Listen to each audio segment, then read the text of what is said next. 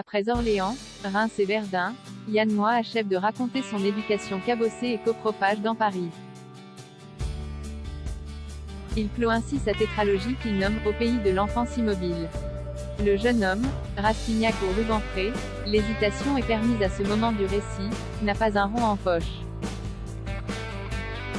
Il se faufile entre les pots d'échappement d'une capitale hideuse, bien plus hideuse que ne l'avait décrite Baudelaire. Et comme la poésie est morte, l'alchimie n'est plus possible pour transformer la boue en or. Le provincial a le trait mordant. Paris était une ville de décombres, de détritus roux, d'os gesticulants, de visages intranquilles. Avec l'arrivée de l'automne, le spleen suinte de partout. Les femmes, souples l'été, se raidissent avec le froid, s'éparpillant comme des oiseaux maigres. Avec les femmes, justement, ça se passe mal. Pas de fluide à fusion. Le provincial ne croit pas en ses chances, pire il se dévalorise. À ce jeu-là, Moix est imbattable. Reconnaissons que la haine de soi est un moteur aussi puissant que le narcissisme. Ses fringues sont élimées, ses chaussures pliées telles deux vacances de lutteur, le style de Moix, toujours les épaules saupoudrées de pellicule. Provincial rongé comme le dit son faux ami, double inversé du narrateur, le truculent baiser compulsif Delphine Drac, on dirait que tu passes tes nuits dans les cimetières.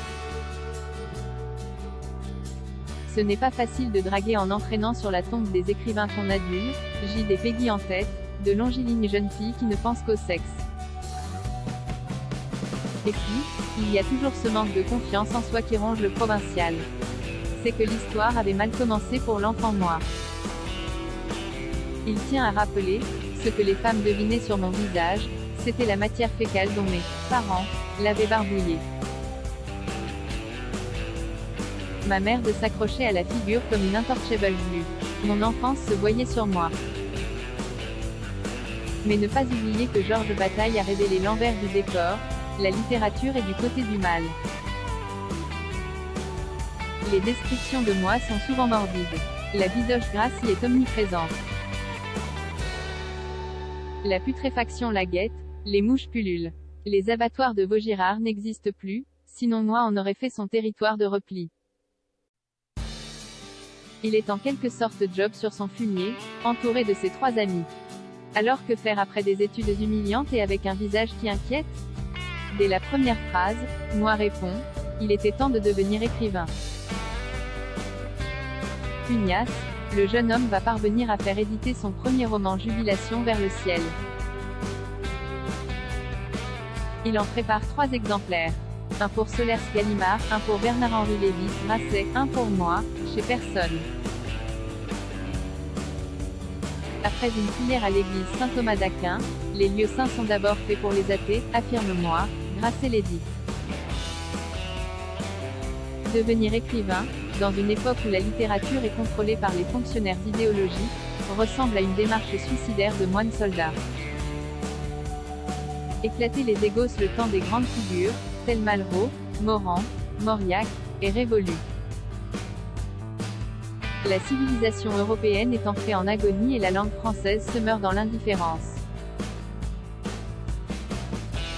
Sans oublier que les lecteurs, ceux qui savent lire, se font de plus en plus rares. Moix, malgré tout, a plié sans rond. Il fait scandale de temps à autre, preuve de la bonne santé de ses écrits. Il dérange car, comme les très bons écrivains, il vampirise ceux qui le côtoient. Il se retrouve dans ses romans et ils y apparaissent méconnaissables, ce qui, au fond, les dérange plus que tout. Moix lâche ses phrases comme le boxeur ses coups. Ça éclate les égos. Les féministes vitupèrent, les familles éruptent, les salariés de la culture s'étranglent. Le talent de Moix les aplatit. Ils ne peuvent comprendre qu'un bon roman se fait avec la centime de la vie. Yann Moix, Paris, Grasset. Paris Price, 20,50 € 9 used et new available from 15,76 € à lire aussi.